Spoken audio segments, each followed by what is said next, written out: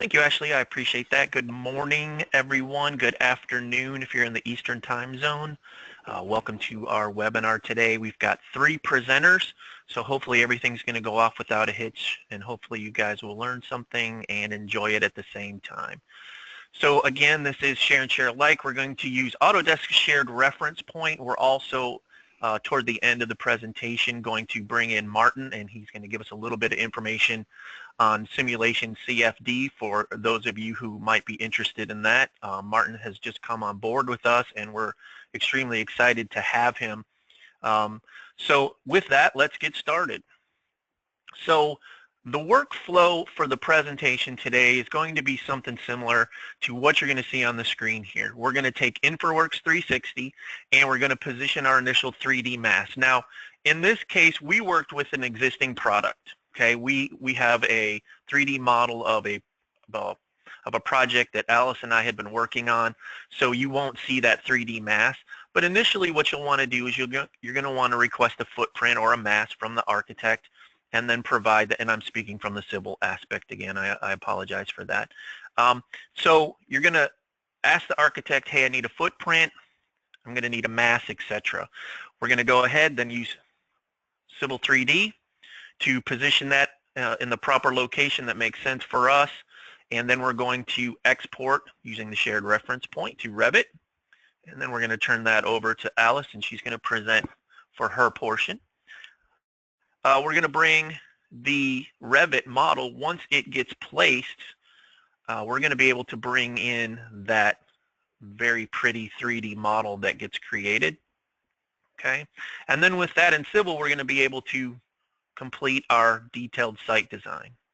Okay, now with that in Infraworks, we can also bring that model back in, and we can do a couple of different things there, and I'll show you an example of that. We can go ahead and add trees and make things real pretty, and Infraworks really is a conceptual tool that we'll be using, so it is kind of a misnomer to say that we're going to use the detailed model.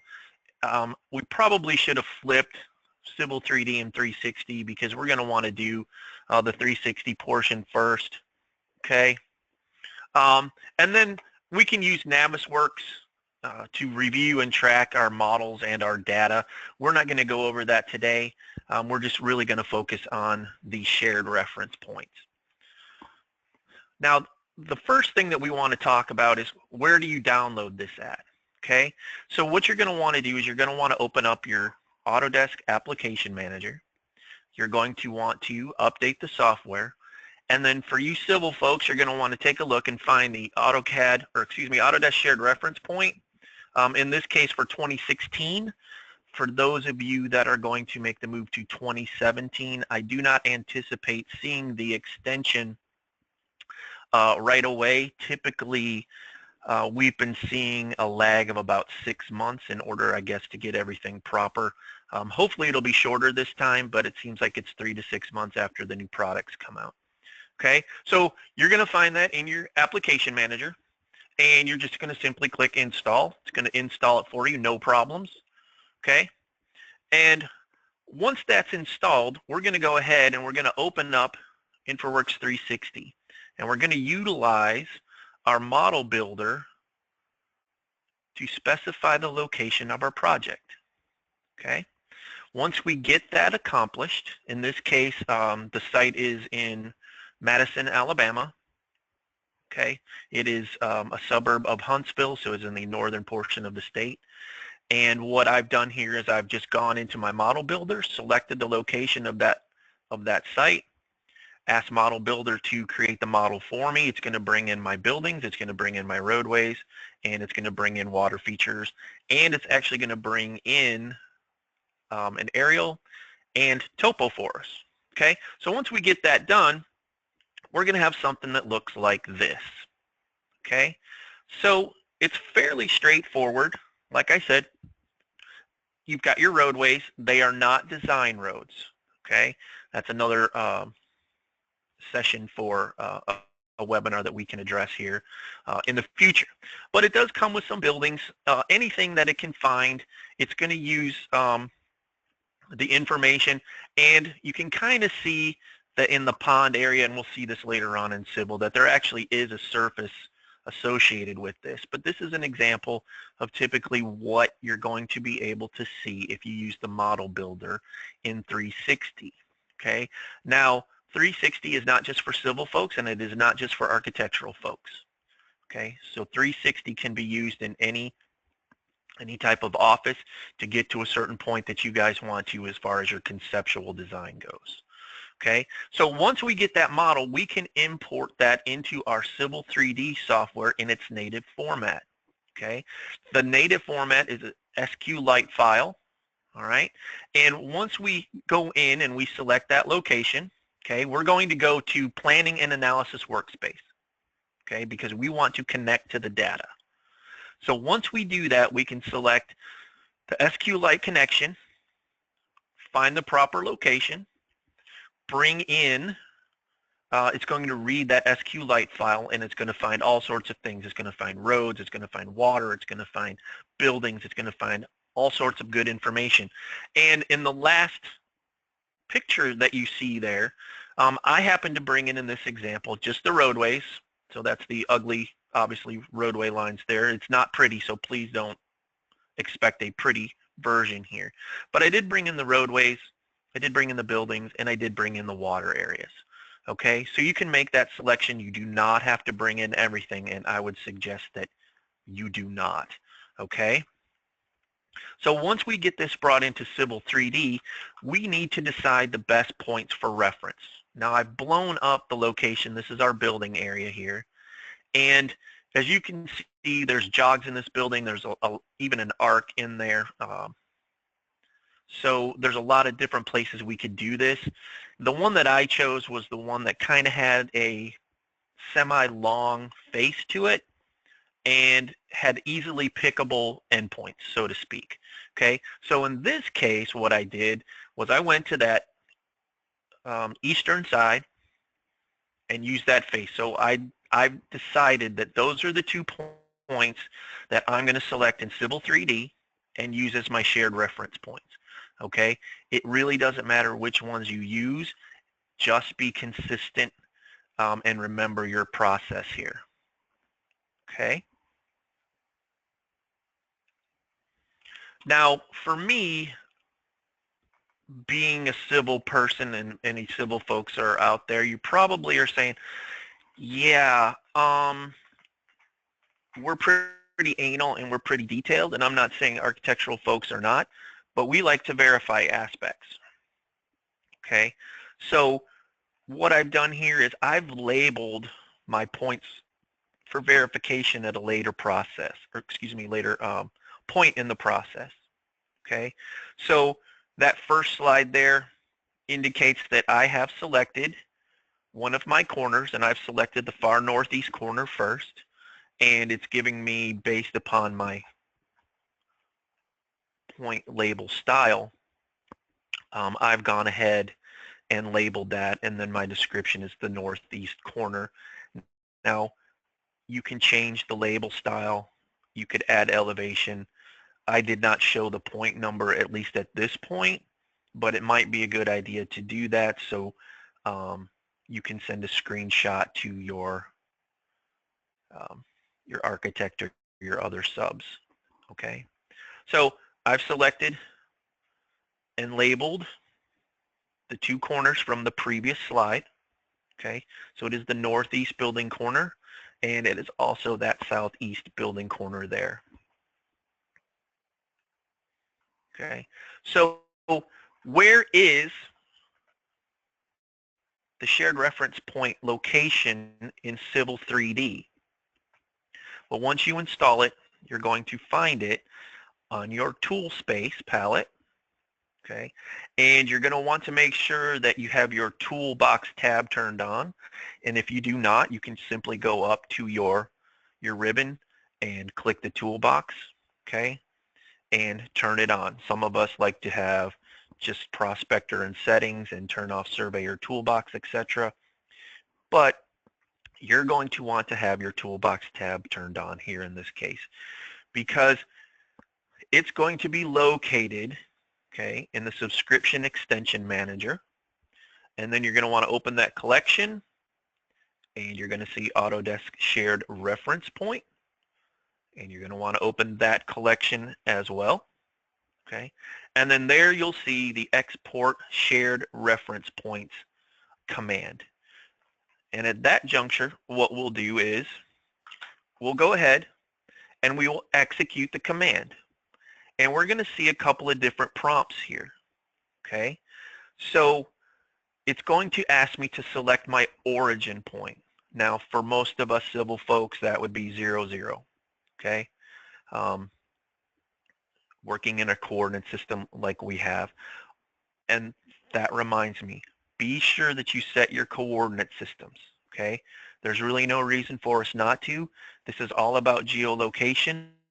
You don't want to fly into this without setting your coordinates, not only in Infraworks, okay, but also in Civil 3D. They will talk to each other. There is no problem, but you do want to make sure that you have set the coordinate systems in both software so that they are the same, or else you may have some issues.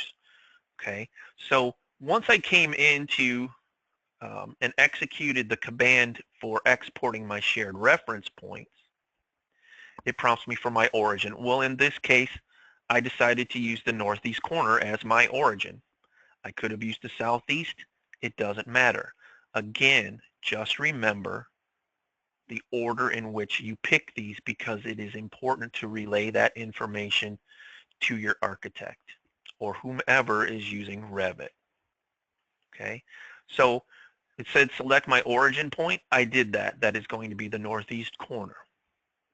Okay, after I hit enter there, I'm going to get another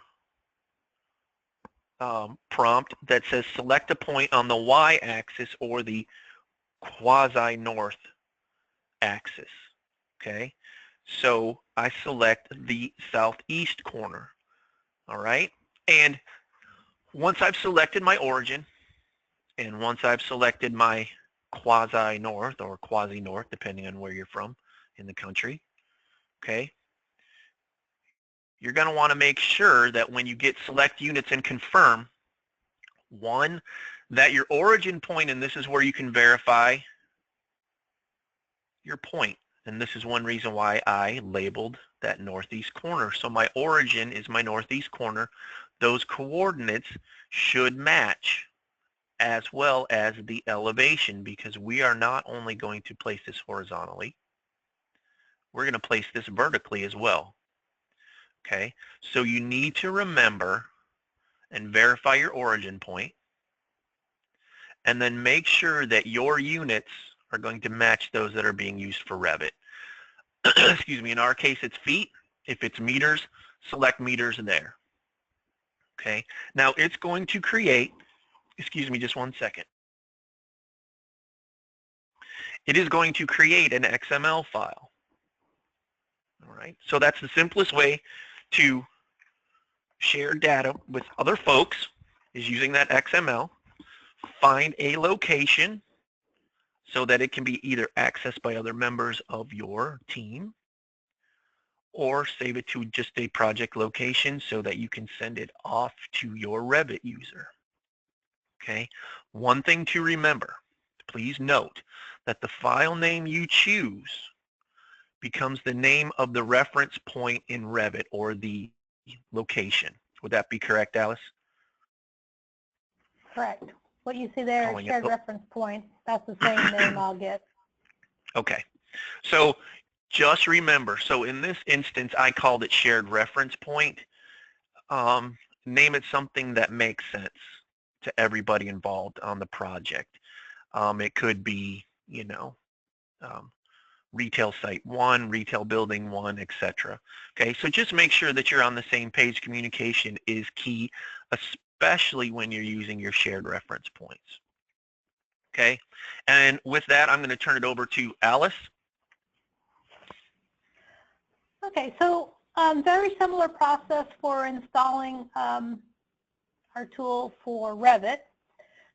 When we go in here and take a look at this, one thing I just want to add is you want to make sure that your application manager is up to date, because you may not see it if it's not up to date.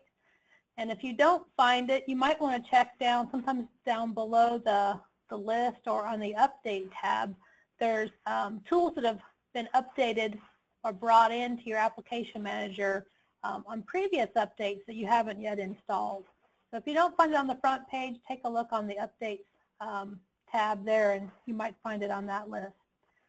Also, this is the process for 2016, accessing these to the application manager. The tool has been available for at least a couple of years, and previously you would get it through the Autodesk account. So if you're wanting to use this and you haven't moved to 16 yet, you may find it under the Autodesk accounts instead of on the application manager. So on the Revit side, once we've received our XML file, oh, go ahead and advance, Scott, there we go. Once we receive our XML file, let me back up a little bit here. Once you've added that new shared reference point extension in, it'll show up under your add-ins tab in Revit. When you select that add-in for importing your shared coordinates, like Scott mentioned, you need to know what the first and second pick point were for the civil engineer, because you're going to go through the same process in your building. So with that, I'm going to go in and select my, my 2 points in the same order that they were provided to me. And then the shared reference file, XML, will be selected. So once you pick your 2 points, a dialog box will pop up. It'll say, you know, which 2 points. Once you pick your 2 points, excuse me, a dialog box will pop up. It'll ask you what XML file would you like to assign. And so you'll go ahead and you'll pick that shared reference point XML file. Once you said OK to that, it'll tell you, a little dialog box will pop up and ask you, are you sure you want to create this? And if you say OK, it'll go ahead and tell you if it's successfully set it.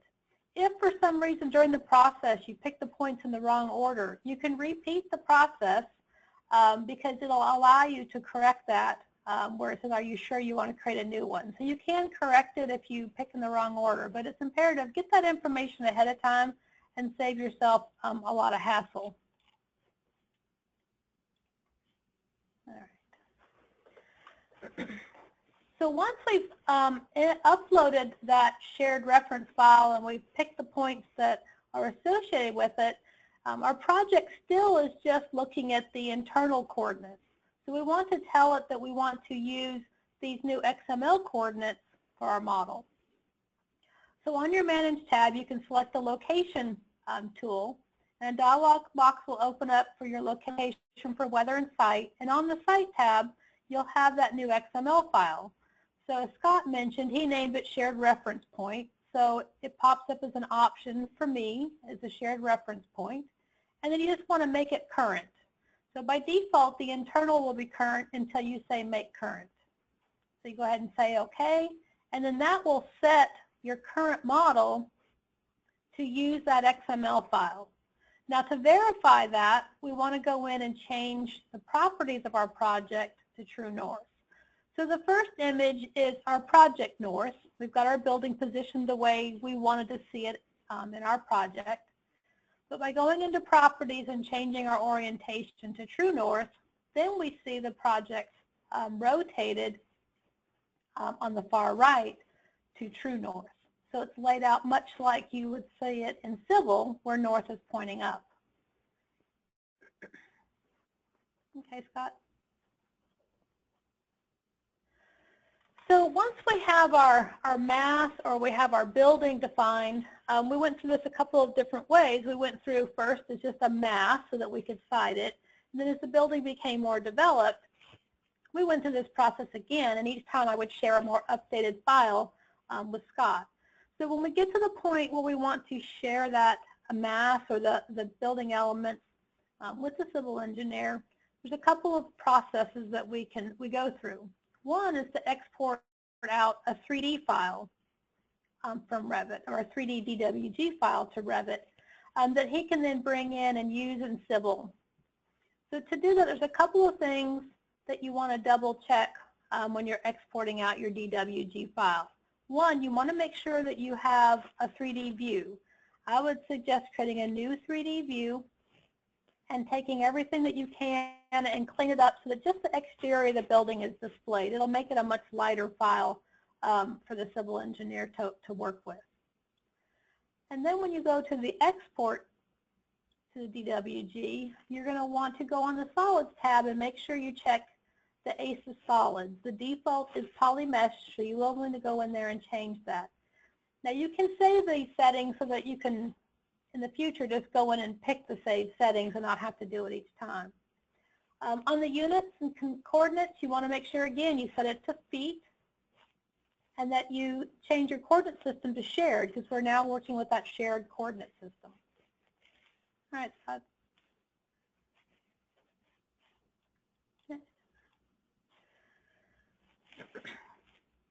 So now when we're looking at providing a model to the individual that's going to be working in Infraworks, if it's somebody doing a preliminary plan, if it's a civil engineer, we really want to go through and provide them with an Fbx file.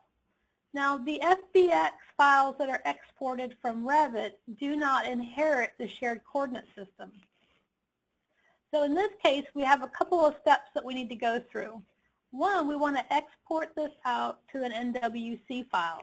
The NWC add-in generally is installed automatically with your Revit products, and that's going to be one of your add-ins.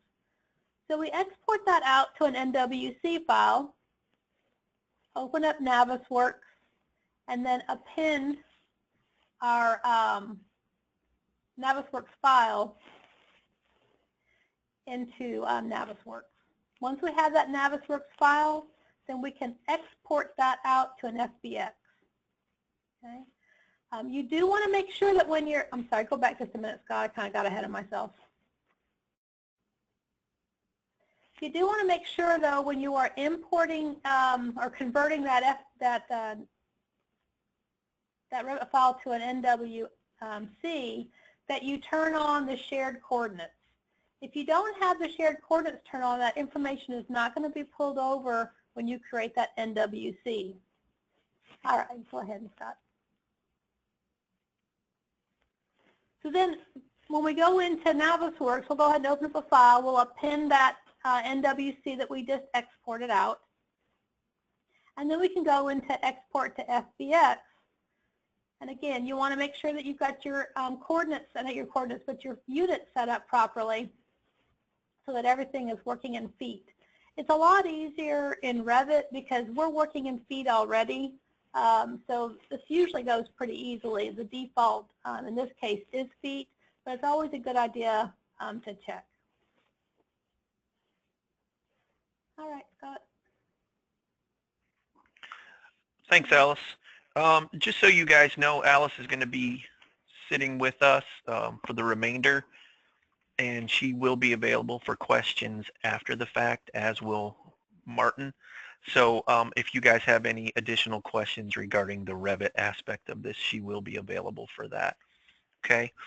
Now that we have the 3D DWG that Alice has so graciously exported and provided to us civil folks, we can import that Revit model. Now, one of the questions that we've heard over the course of creating this was, why would I need that Revit model? Well, in presentations, we're going to have something that actually looks pretty, which typically isn't something that we're really concerned with as civils.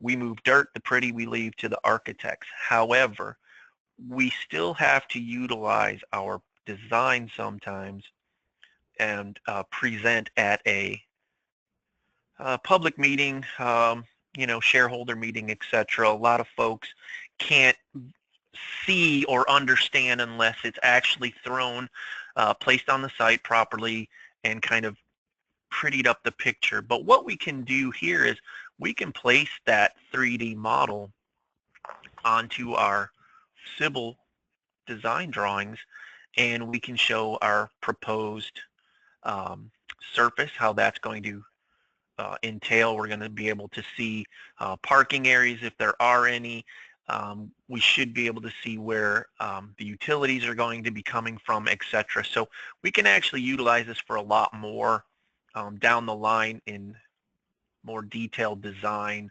30, 60, 90, so that we can actually show our shareholders and our municipalities and the public, this is what's going to be utilized, etc.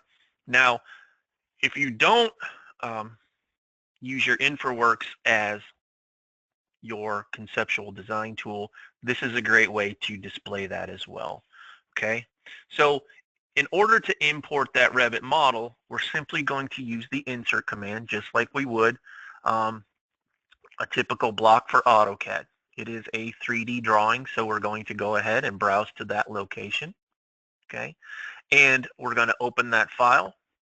Now we're going to utilize the default values or units that were set previously. Okay, we don't have to change the insertion point because we've geolocated it. Okay, so it will be 0, 0. Okay, makes life simple. We do not need to change the scale because we've already set that as well, and the rotation is going to come in. Okay, so once we've done that, just hit OK, and you're going to see in that fourth image that it's actually brought in the proper location, the 3D drawing that Alice exported for us. And in that last image on the right-hand side there, I've actually used Object Viewer to tilt it up on itself so we can actually get a 3D view. Now in this case, because it is Alabama and we're in the flat part of Alabama just before you start to get into the Smoky Mountains there, moving into Tennessee, it's kind of difficult to see. However, you can see the contours or the topography for that pond and how it slopes down to the pond, etc. So what I've shown here is just the existing surface. Okay, that existing surface came from Infraworks, and then we set a finished floor elevation for our building at 670, and then we brought that in, and again, communication is the key. So once I flipped it up on itself, I can now see where I need to fill and move around and rotate and say, okay, I'm going to need maybe a retaining wall here. I'm obviously going to have some fill or cut. So we can start to really check out how this is going to come together within the project. Okay, now we're going to flip back to Infraworks because we're going to go ahead and we're going to import that geo-reference file that Alice created from Navisworks, or that Fbx file. Okay, so once you're back in Infraworks, you're going to want to open up your data sources palette. And within that palette, you're going to select the 3D model because it's an Fbx file. Now we did experiment with a 3D DWG file. It does work. Okay, however, it takes an extremely long time to import the DWG as opposed to very quickly using the Fbx file. So that's just a little bit of extra information there. So make sure that you use that Navisworks and export it to an Fbx because it will make your life simpler. Okay, so you import that 3D model. Okay, and you go ahead and you select the Fbx file. All right, and in this case it was called proposed building. Okay, and once it goes ahead and connects to that data, okay, we're going to have to configure it. We need to tell Infraworks what this is and what location we need to place it in. Okay, so I need to make sure the type, and you might be able to see there in the upper right corner of the last image, it says a building. Okay, so we want to make sure that we set that as a building.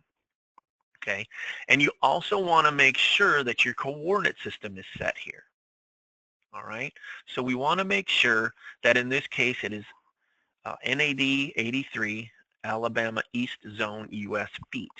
Okay, because that is the location that we set in civil. So again, coordinate systems are important across each individual aspect of the project. It's very important. All right, so once you set that, you can simply close and refresh. Okay, it's going to go ahead and go into the process and show you where it's going to place it. Okay, so here's the first image is showing it from the west. The second image is showing it from the east across the pond. Okay, and it comes in depending on how, in this case, Alice set it up with the facades. You can actually place, depending on how large your building is going to be, you can actually see and zoom into floors and see stairwells and see other aspects within the building as well. Okay, so that's also a good tool to utilize. Now, this is a very large office complex. In fact, this is just one building in that complex. But as you can see, if you take a look at the bottom or far right slide there, at the corner of that building in the near corner, you can see that it's not quite flush with the ground. That's because it's going to dip off toward the pond, okay, because these are existing contours. So what we'll have to do is we'll have to go in and we'll have to fill and slope down to the pond in this case and get it corrected, okay? But what we've done is we've taken our civil design, our civil site, exported it, gave it to the architect or Revit user has brought it back to us. So now in Infraworks, we can utilize this to go ahead and pretty much make a photorealistic presentation that we can use. Now you're going to want to try to do this up front for your conceptual design. But what I've done here is we've brought the building in, and then I've gone ahead and added trees and shrubs, the islands for parking, cars, etc., so that the shareholder, the municipality, the public gets a better idea of what this project is going to look like and how it's going to impact them and the surrounding areas.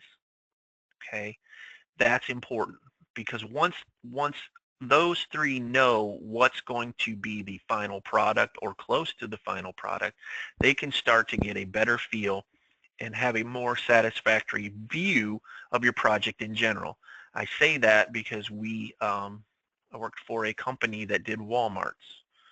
Everybody shops at Walmart, or almost everyone does, but no one wants it in their neighborhood. And I completely understand that. So the main concern was, how is the trucking area and the loading zones, etc., going to impact me, because there were times when they were placed up and abutting a neighborhood. So with Infraworks, you can place that 3D model for your Walmart, and you can actually show sight lines from the neighboring neighborhoods and subdivisions to let them know, hey, this wall is going to be 8 feet high. You will not see that. Not only are you not going to see that, it will be a sound buffer as well.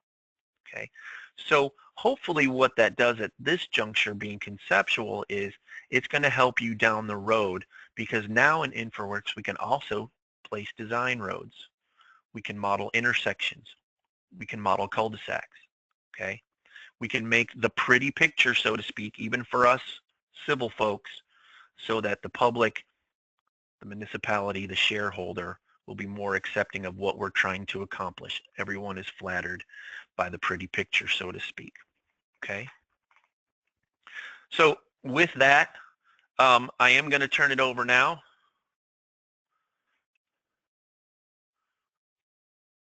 to our bonus presenter. It is our newest addition to Hagerman and Company. It is our Autodesk Simulation CFD expert, and I do apologize, Martin, that I didn't catch that R on your name there. It is Martin Craig, and Martin is not from around here. You will probably figure that out as soon as he says good morning. But with that, I'm going to turn it over to Martin, and he's going to talk a little bit about simulation CFD and what kind of things that we can provide to you utilizing that information. So with that, Martin, I'm going to turn it over to you, and get you your first slide, and we'll get after it.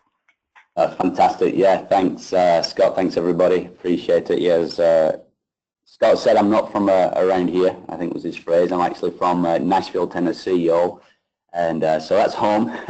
Originally, it was England, and so great to be with you today.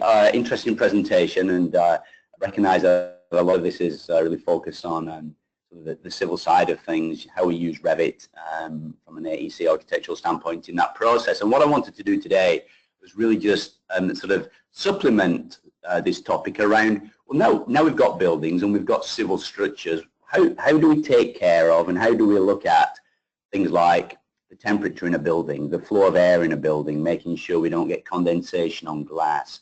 If we're interested in a civil project, what about water flowing into some kind of system? If we're looking at maybe catch water systems and things like that. So CFD is all about that in the architectural and civil world. So this says airflow studies in the environment or in the built environment, but really it's airflow and water studies in this environment. So go ahead, Scott, let's have a look at the next slide. Fantastic. So, you know, let's first of all define what is CFD analysis. And very simplistically, my definition for this is the study of a liquid or a gas, which is a fluid, and associated temperatures and their interaction with surrounding objects. Dynamics is just movement. So that's CFD, the acronym CFD, computational fluid dynamics. Many different industries here that we sort of take, or many different applications for CFD in the building and vessel industry, looking at wastewater, you know, ensuring adequate mixing and appropriate residence time of any additives that you might want to put in a body of water for purification purposes and things like that. Wind-wake studies, we'll look at more of a detailed example of that in a second or two, but we want to take into account things like pedestrian level comfort as a result of gusts through a cityscape, solar shadowing, that's the effect of a sun on a building, and does that then affect, by creating a shadow, temperature and mess up the HVAC system in a building that's lying on or behind that shadow. Pollution control, really important. We can make sure that we monitor any kind of emissions from a building to make sure that doesn't get re-entrained back into the building. Looking at clean rooms and healthcare. You know, in the healthcare industry, it's a huge opportunity or a huge market for us in terms of just making sure that pollutants, for example, in an operating room, don't get entrained into a body which is having some kind of internal surgery. 100,000 people in the US alone die of secondary infections as a result of going into hospital and some kind of surgery happening. So really important aspect of from a CFD standpoint to really help hospital authorities make sure they're really taking care of patients effectively. Occupancy comfort, looking at ventilation systems. I'm sure we're all in a room now, and I'm sure we've all been in rooms where we're in a little conference room, for example. It's a small, relatively small room, but why is it one person at one end of the room and another person at the other end of the room feel completely different temperatures? One person's hot and another person's cold, and so CFD is a wonderful application for that. And then finally, rounding this out, data centers, looking to make sure that, you know, we have hot aisles and cold aisles, that the hot aisles don't shove air into the cold aisles, and we get operating efficiency in an environment like that.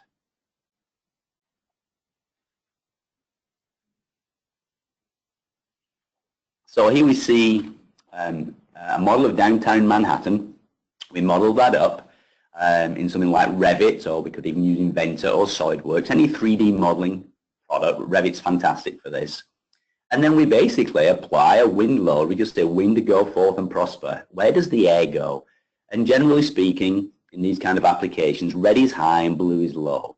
So if we look at these streamlines, as they're called, we're now basically doing a fly through the environment, and we see where we've got red areas, that's high velocity, blue is low velocity. So we can determine from something like this whether we've got canyoning, whether we've got recirculation of air, which is just bad for pedestrian comfort. There was a situation in Leeds in the north of England not too long ago whereas a redesign of the civil structure,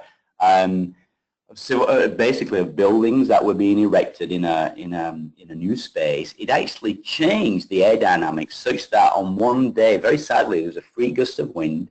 It came down sort of an alleyway or a side road. The gust of wind hit as we call it, a lorry in England, but a semi-truck or something, toppled it over, and very sadly it fell on somebody and killed them. So city planners really can get a lot of value from implementing simulation CFD right within the Revit environment.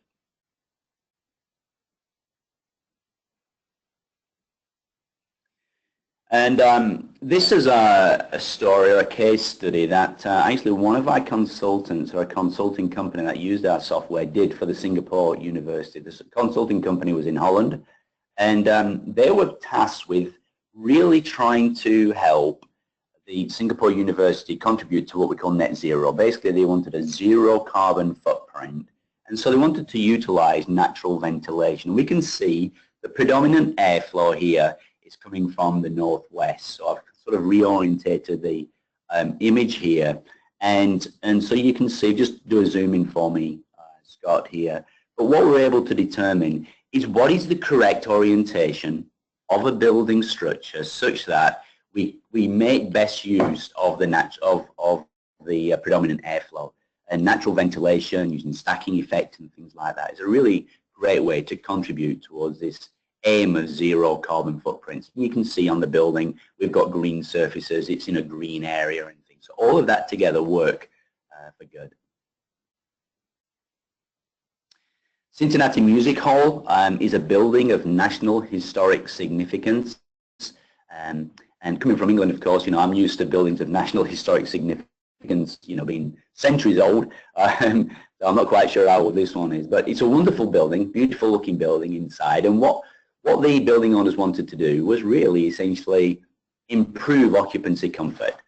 They couldn't, however, just go using trial and error to move around the ducting system and HVAC system. So this was modeled up, and you can see on the image on the right there, we've got sort of what we call meshing at the back. So you can see it's a three-dimensional model which has been brought into the simulation product. Red is high, blue is low. So red indicates people are hot, blue indicates people are possibly cold. And so we can determine from this we don't have a very good distribution of airflow in the initial model that we've produced here. So by going back to our Revit model, we can make design changes, and we can then rerun the analysis very quickly and get a sort of an A/B comparison now to determine whether our design change is good or not good. And we continue with making those design changes until we get somewhat of an optimal model. So the first project there that I looked at it with Cincinnati Music Hall is a retrofitting project. This is a brand new building at the Washington BWI airport, and there's a new terminal walkway being put in. The name of the game here was really to be mindful of the fact that we wanted lots of nice architectural curves, fantastic from an aesthetic standpoint. So the form was great, but what about the function? And what the architects were trying to do is really utilize sort of this gap between those tightest inlet air vents that we have there, and create a stratification layer above those vents up to the ceiling, up to the roof, which will create an insulating barrier. So again, all contributing to efficient usage of the system and reducing costs. So we have the air coming in, but we couldn't just have that air swirling around everywhere. It would disturb the stratification layer, and it would also make it unpleasant for pedestrians or people walking through that space. You'll see the lines there, those traces, how it washes over the glass, and that's really important because we have solar loading, the heat, the effects of the sun hitting that glass, and it's really important that that air washes away to reduce the effects of any condensation.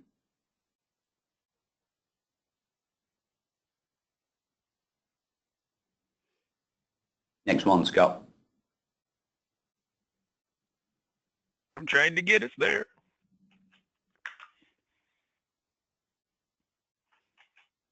There we go. Sorry, Martin. Perfect. Carry No on. worries.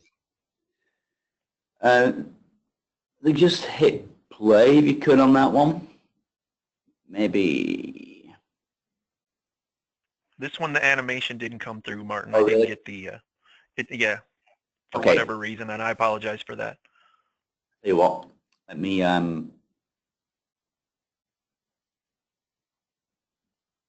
we go. I'm going to plan B. I'm just going to presenter mode.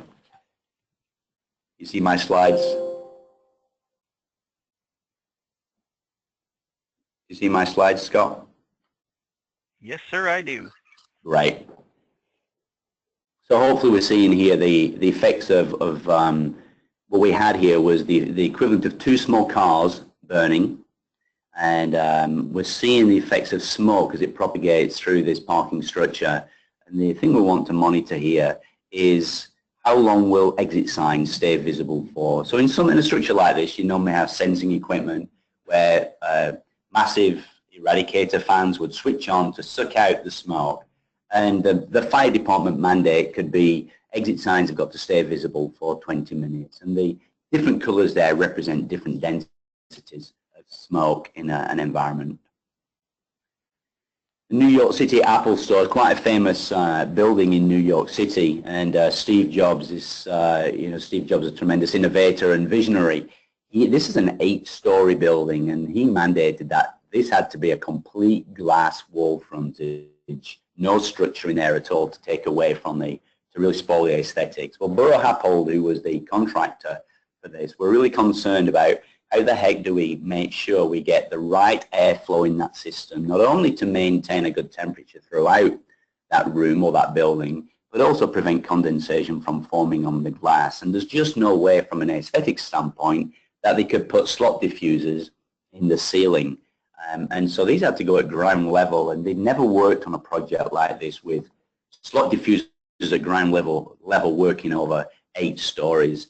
And so essentially after 4 weeks, which that may or may not sound a long time, it's a very, very short period of time, they actually came up with 40 different design scenarios to determine which is the most optimal solution and will it be effective indeed. And finally they settled on one design, and on installation it worked perfectly. So a really good example of how you can combine visionary ideas in the architectural and civil world, and really test that before you even build something to make sure that on installation you're going to get the necessary performance.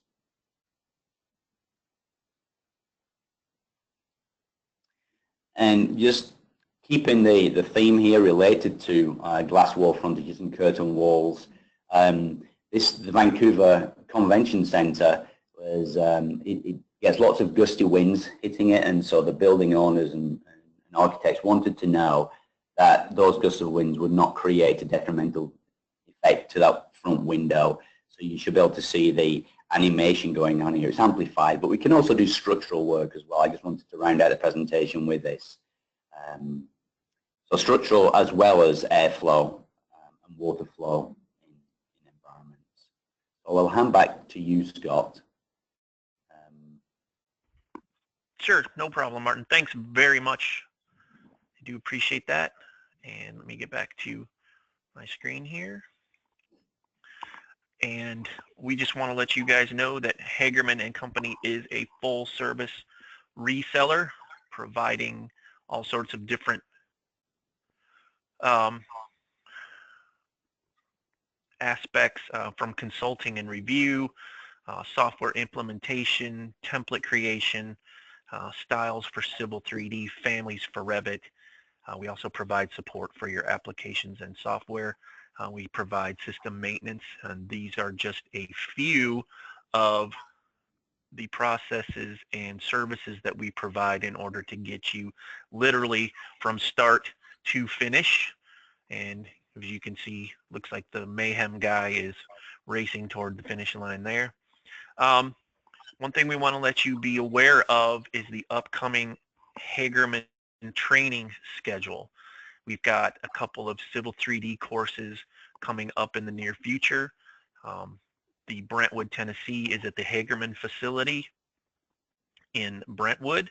So if you're near Brentwood, Tennessee, and you are interested, you can sign up for that one. They also have one set for e-training or online training, okay? And we have other Revit architecture new user classes. As you can see, we have one literally starting in about a week in our St. Louis, Missouri office. And we also have 2 options for in-house training there in St. Louis. And we also have 2 opportunities for online training if you guys are not close to St. Louis and can't get there. And we also have Martin's first class coming up very shortly as well for Autodesk simulation. It will be an online e-training beginning on May 9th, and that's a 2-day class. Okay. And now what we can do is, if you guys have any additional questions, we'll be more than happy to address them.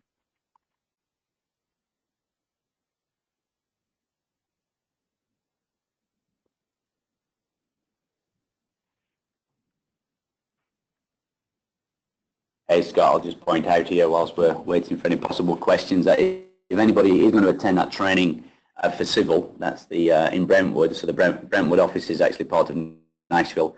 It's where I'm sat today. Ping me before you get here and we can connect. I'll take you out for lunch, and it'll be my pleasure to do that. So just email me at martincraig@hagerman.com. I'd be delighted to connect and take you out for lunch.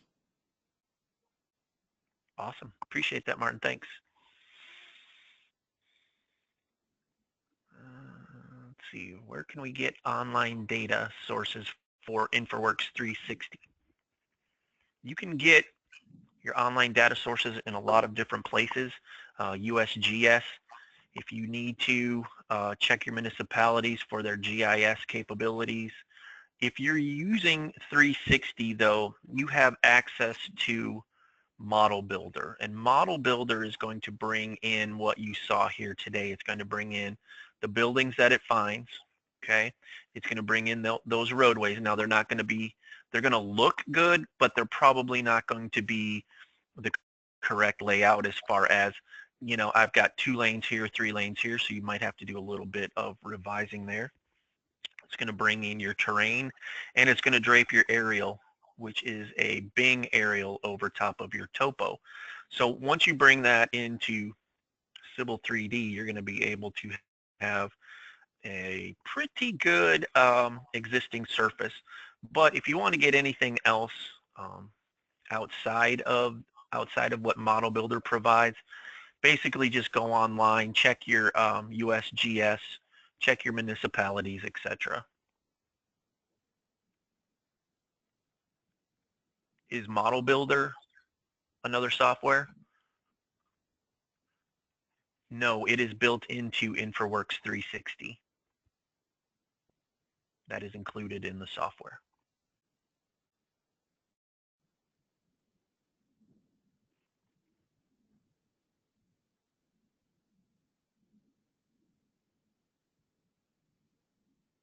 Does anybody else have any questions? Anything for Alice or anything for Martin? Before I go ahead and turn it back to Ashley.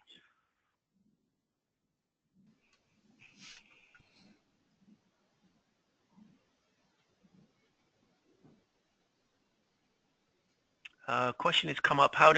For you, Martin, how does Autodesk CFD compare to Rhino, Grasshopper, or Ladybug, Honeybee? I have never heard of Grasshopper, Ladybug, Honeybee.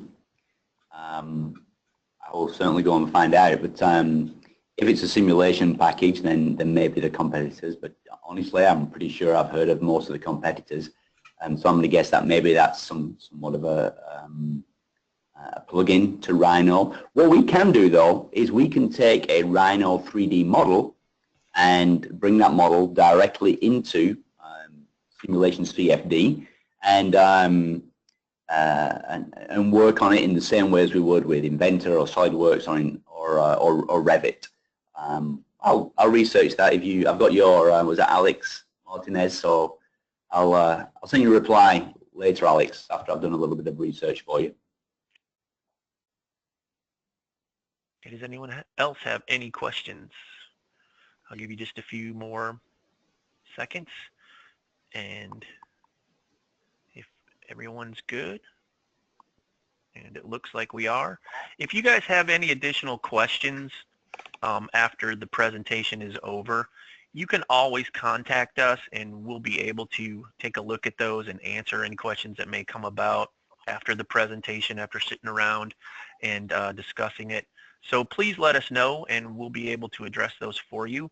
I want to thank you guys for being with us, and with that I'm going to go back and turn it to Ashley. So Ashley, if you could finish up and take it home for us, I'd appreciate it. Sure. Well, thank you guys so much for the presentation today. You did a great job.